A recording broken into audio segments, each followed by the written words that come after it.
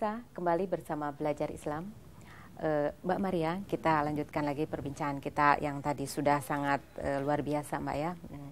Yang ingin kita ketahui bersama bahwasanya masyarakat kita, kalau apalagi kaum muslim yang fanatik gitu, menjustifikasi bahwa anak atau orang yang terkena HIV/AIDS itu adalah orang yang memang betul-betul sudah harus dikeluarkan secara sosial kemasyarakatan lah gitu ya. Kira-kira kita mensikapi yang bersikap seperti itu tuh mesti seperti apa, Mbak, gitu kira-kira gitu ya. Ya, saya kira pertanyaannya bagus sekali ya. Jadi ini adalah sebenarnya perilaku masyarakat. Betul. Ya. Kalau kita bicara soal Islam, Islam itu adalah agama yang ramah gitu ya, bahwa Betul. Islam Rahmatan adalah agama yang rahmatan lil alamin, memberikan rahmat kepada seluruh alam semesta, termasuk di dalamnya adalah terhadap anak-anak yang HIV positif. Bahkan secara eksplisit dikatakan misalnya dalam surat Al-Hujurat 13 misalnya disebutkan bahwa yang membedakan antara laki-laki dan perempuan itu adalah yang tingkat ketakwaannya. Jadi ya ayyuhannasu inna khalaqnakum min dzakari wa unsa wa ja'alnakum syu'uban wa qabaila lita'arafu inna akramakum indallahi atqakum. Bahwa sesungguhnya ini Allah sudah menciptakan laki-laki dan perempuan bersuku-suku, berbangsa-bangsa, yang membedakan di antara kalian adalah tingkat ketakwaannya. Nah, ini menjadi sangat penting saya kira, stigma terhadap orang yang HIV/AIDS atau anak yang dengan HIV/AIDS ini sangat tidak Islami. Dan Islam tidak pernah membenarkan ada diskriminasi terhadap seseorang, baik karena jenis kelaminnya maupun karena golongannya, apalagi karena terkena penyakit. Bahkan misalnya dalam ayat yang lain disebutkan asa an takrahu syai'aw wa huwa khairul lakum wa asa an tuhibbu syai'aw wa huwa syarrul lakum.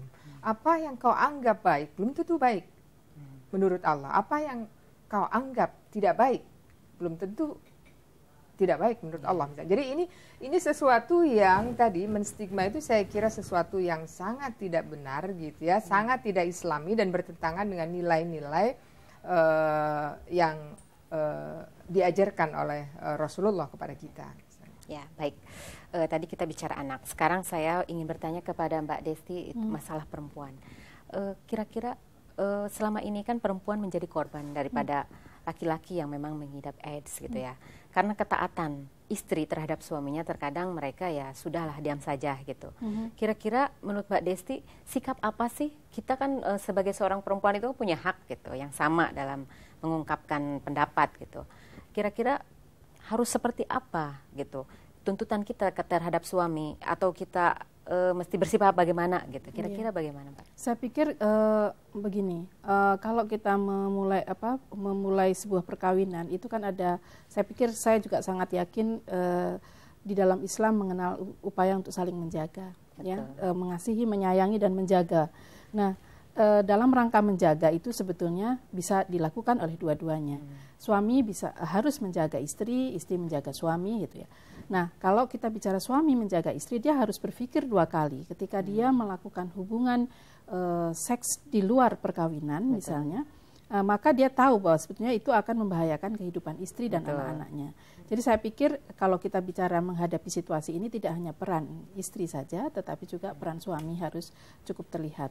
Sementara istri, saya pikir dalam banyak relasi di dalam perkawinan, istri memang harus diakui masih banyak yang belum berani mengungkapkan pendapat ataupun belum berani menyatakan apa yang ingin disampaikan. Tetapi menurut saya kembali bahwa harus dimulai sebuah upaya banyak perempuan yang harus juga mulai diajak berani mengkomunikasikan apa saja yang dia pikirkan mengganggu atau membahayakan dirinya dan anak-anaknya. Termasuk sebetulnya kalau dia tahu suaminya suka jajan dalam tanda petik ya di luar gitu. Baik, itu harus diingatkan. Ya, gitu. Kita perlu nggak sih gitu meminta pemerintah itu menetapkan di dalam undang-undang perlindungan perempuan khususnya terhadap penyakit HIV/AIDS ini gitu? Ya, saya pikir kalau perlindungan khusus kepada perempuan, dalam artian ada perlindungan undang-undang yang khusus, menurut saya belum dibutuhkan.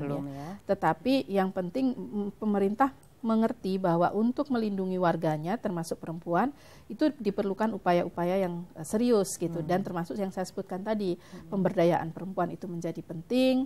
Kemudian penyebaran informasi harus meluas gitu ya. Kemudian juga informasi tidak hanya informasi tentang penyakitnya, tapi juga tentang pelayanannya. Saya pikir kalau itu bisa dilakukan, sebetulnya itu sudah salah satu upaya pemerintah memberikan perlindungan dan melakukan tugasnya untuk memastikan warga negaranya tidak terinfeksi HIV. Baik, Mbak Maria, Mbak Desti, kita sudah sangat kaya sekali pengetahuan kita tentang AIDS ini, khususnya disikapi oleh perempuan maupun dari KPAI. Baiklah pemirsa, tetaplah bersama kami di Belajar Islam.